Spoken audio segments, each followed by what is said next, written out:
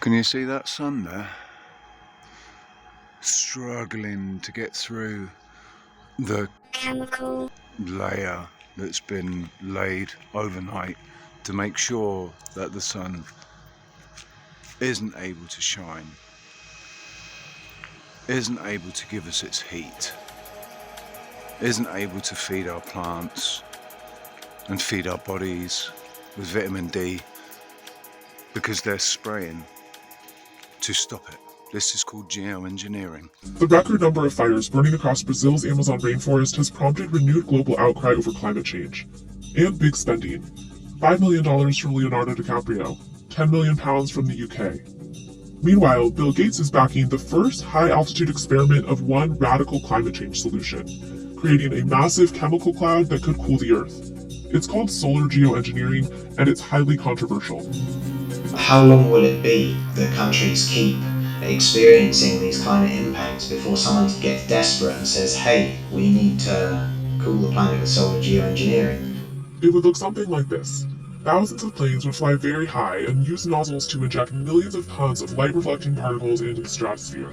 It would create a thin chemical cloud of those particles around the whole planet, blocking some sunlight from reaching the surface. It would mimic a giant volcanic eruption, which we know cools the Earth. Back in 1991, Mount Pinatubo erupted in the Philippines. It was the largest eruption to affect a densely populated area, creating avalanches and giant mudflows that left more than 700 dead and 30,000 homeless. It also spewed a cloud of 20 million tons of sulfur dioxide particles into the stratosphere. That chemical cloud was hundreds of miles across and reflected about 2% of sunlight back to space. And in 1992, the Earth was cooler than in 1991.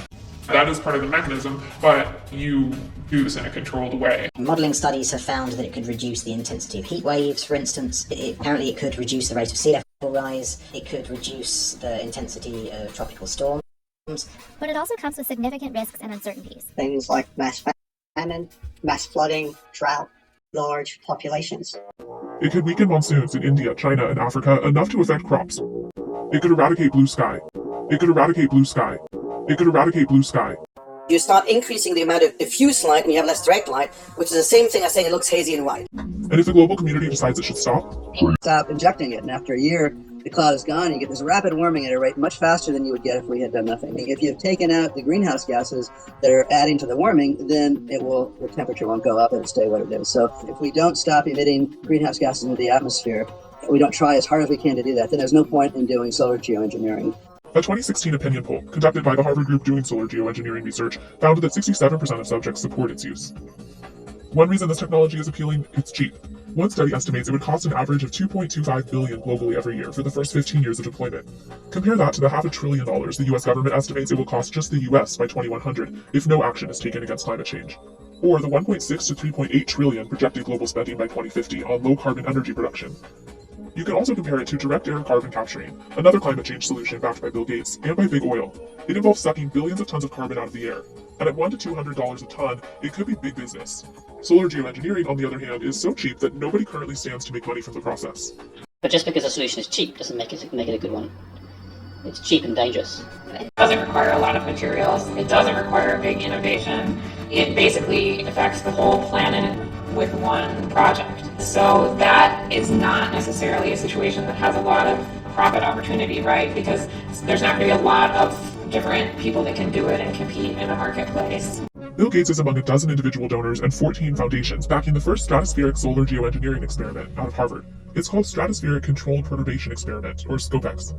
A high-altitude balloon will lift instruments about 20 kilometers into the stratosphere, where it will release less than 2 kilograms of different naturally occurring chemicals, like calcium carbonate and sulfates, and then measure the change in atmospheric chemistry and light scattering.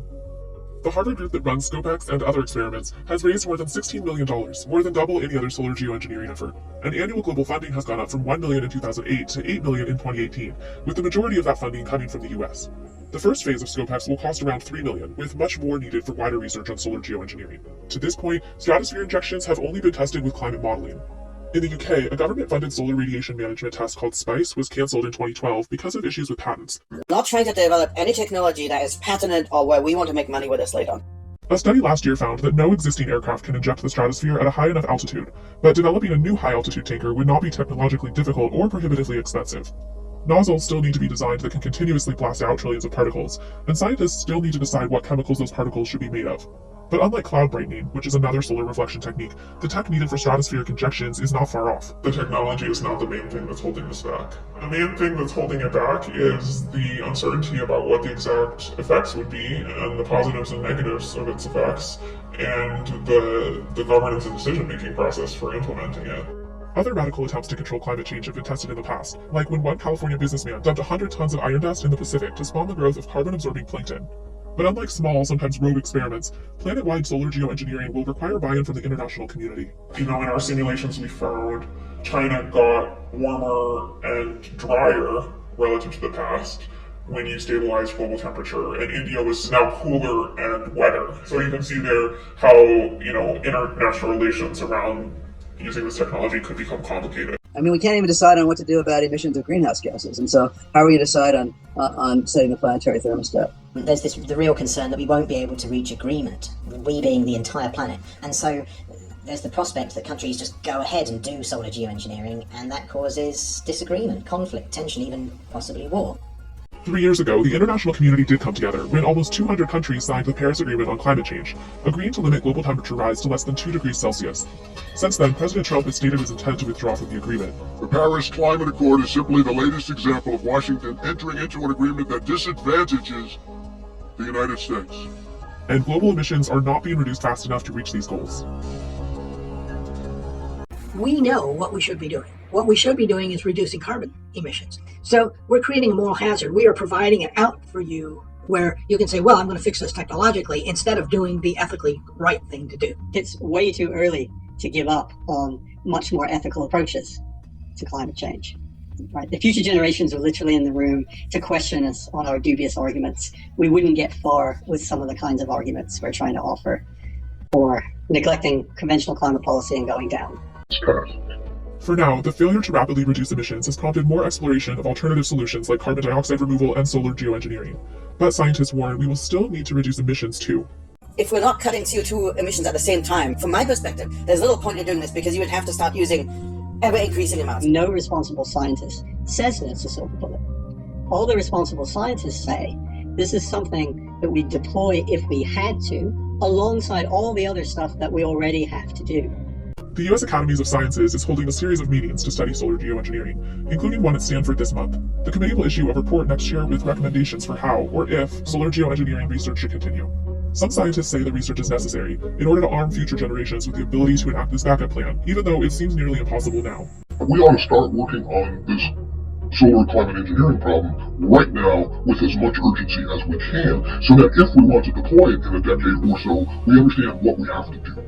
This is a real moral horror, especially in a situation where we're not doing all the things that we could be doing to minimize the risks of climate catastrophe now. But experts do agree that more public awareness is needed around solar geoengineering, because within a couple decades, for better or worse, it could be part of the solution, helping return the planet to pre-industrial temperatures. Modelling evidence gathered over the last decade has pretty consistently found that a moderate amount of solar geoengineering could significantly reduce many of the impacts of climate change. But it can't be a solution because it doesn't return the climate system back to how it was. It doesn't do anything about things like ocean acidification. So whatever happens, we've got to cut our CO2 to zero. So right now, we need more research to understand this better and a broader conversation so that all of the world's nations have a seat at the table when this is discussed. That man is a moron. I took a this morning with more brains than that that's just stood there and said all that with a straight face. Any real scientist will laugh at anyone who's saying that we should reduce our carbon emissions to zero. We breathe carbon dioxide out of our mouths. Are you trying to suggest that if we breathe carbon dioxide out of our mouths, creating a greenhouse gas, that is in some way detrimental to this earth? You, sir or madam, whoever you are, who is saying something like that, there's a very special place waiting for you. You're not going to like it. But there's a very special place waiting just for you. Anyone who says that we should reduce our carbon emissions down to zero is a brainless moron. You should never listen to anything that they have to say after that, because they are clearly anti-life on Earth and they are anti-human. We breathe out carbon dioxide gas because it's a natural part of this system. It's something that it feeds the plants. It feeds this Earth. It doesn't damage it. The only damage is coming from these morons who are spraying this shit in our atmosphere, and you can see what it's doing. It's taking the heat out of the sun. It's taking the goodness out of the sun. It's also spoiling a lot of people's holidays, and it's spoiling a lot of people's lives. It's causing depression. It's causing emotional imbalance. It's causing all kinds of problems.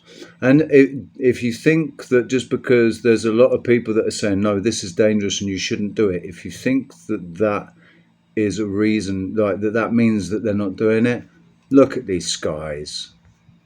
Look at these skies. They're doing it already. They are that arrogant. They are that psychopathic. They're doing it already. If you're involved in doing this sort of thing and you just happen to be watching this, there's a special place reserved just for you. And when you get there, and you will get there, I promise you, when you get there, you're really, really going to regret everything that you've done. And I pity you. Peace.